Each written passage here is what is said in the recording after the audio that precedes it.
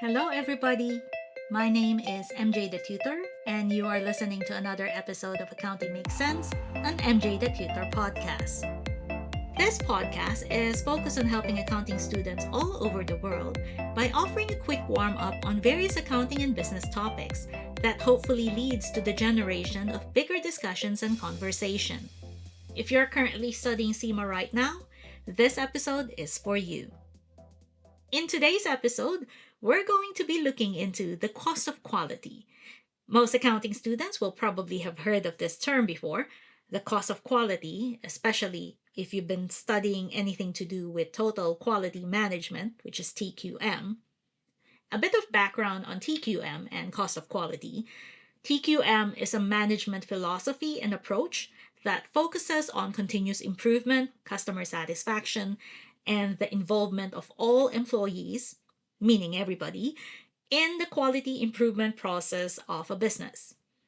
The emphasis is on understanding customer needs and expectations, identifying and eliminating defects and waste in the processes, and then fostering that culture of teamwork and accountability within the company.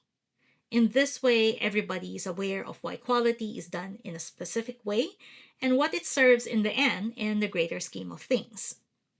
Now, cost of quality is a fundamental concept within TQM, emphasizing that achieving quality comes with its own set of expenses.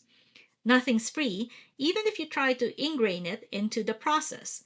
It doesn't just involve the cost of making a product or providing a service, but it also includes the cost of ensuring that product or service meets the desired quality standards. As an inspiration, this topic came to me while I was thinking about my podcast production here. As you all know, I've been producing these episodes for just over 2 years now.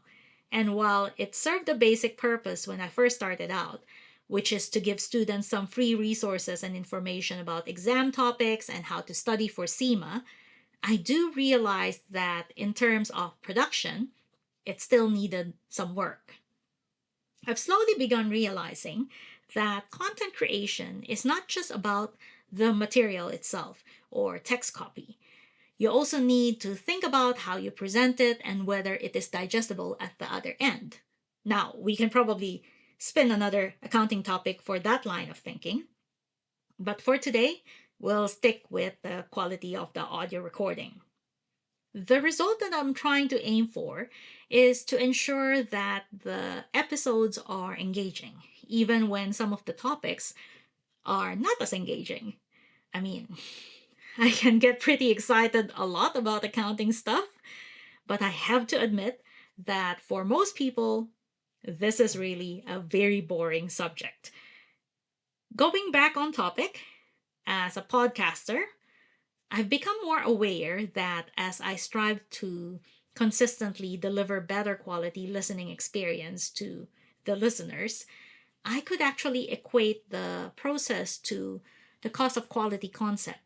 Like I said initially, I focus primarily on the content itself, but as I produce more episodes, I've begun to realize that quality of the audio recording could also be improved.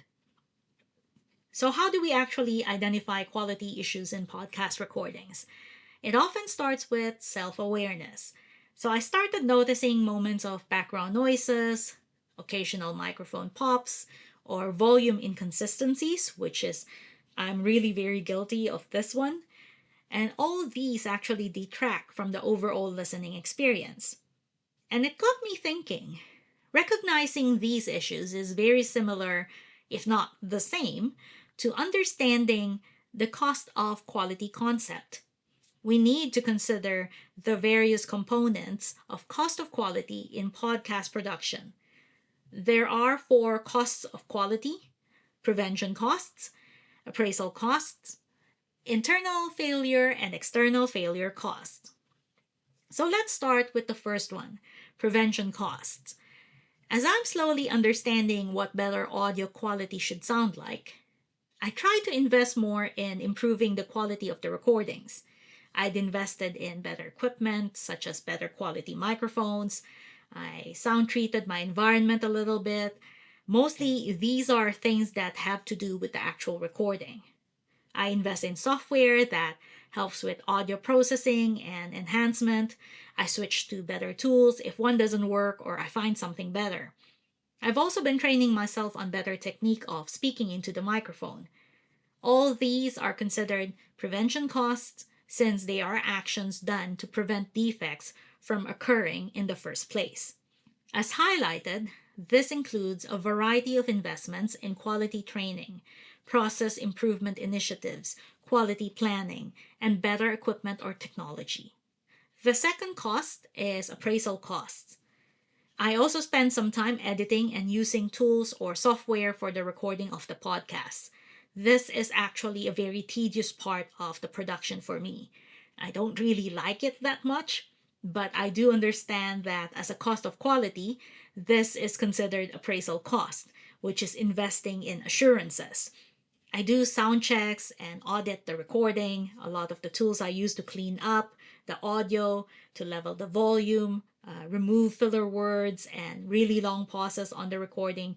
These are what's helping me to ensure the product, or in this case, the audio, sounds better. See, I never really thought of these things before when I first started out. And it's just basically, I always just thought it's speaking into the microphone and then recording. But it is a bit more than that. So this is more about making sure that the product or service itself is up to par.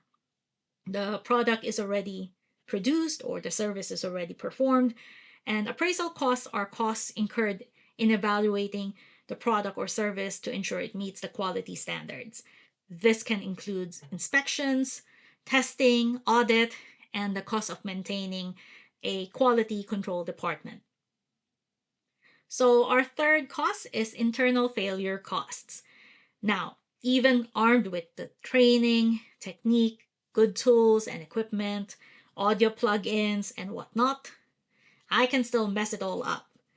Sometimes I record and it seemed like it went off without a glitch, and I didn't really find anything seriously wrong with it the first time, but there do come times when I'm not quite happy with the length of a segment, or maybe I wanted to change some parts of the recording, or maybe I just didn't notice that it was picking up some weird noise and it came out after I've already done the recording. This is, of course, still prior to the episode being released, and I could always just re-record and address issues that ultimately make it onto the recording. These are classified as internal failure costs. Okay, it's the costs incurred when defects are identified before the podcast episodes are released to the audience. As mentioned, the big thing here is the time and resources that I spend on fixing to get it right.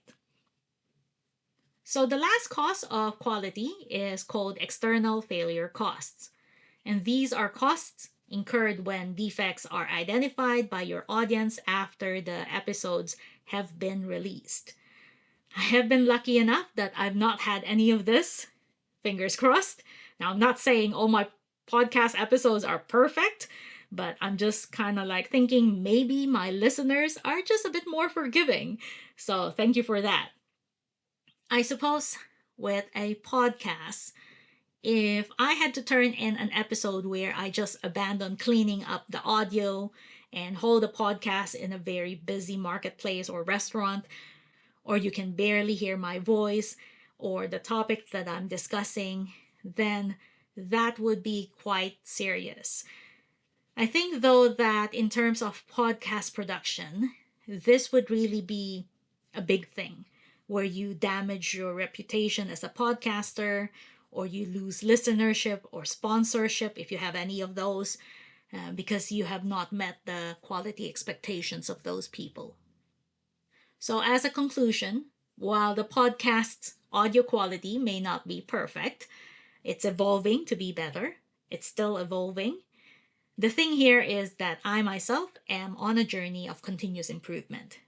By recognizing the cost of quality and investing in prevention measures, rigorous quality control, and continuous improvement, I am trying to elevate the quality of the podcast and enhance the overall listening experience for the audience.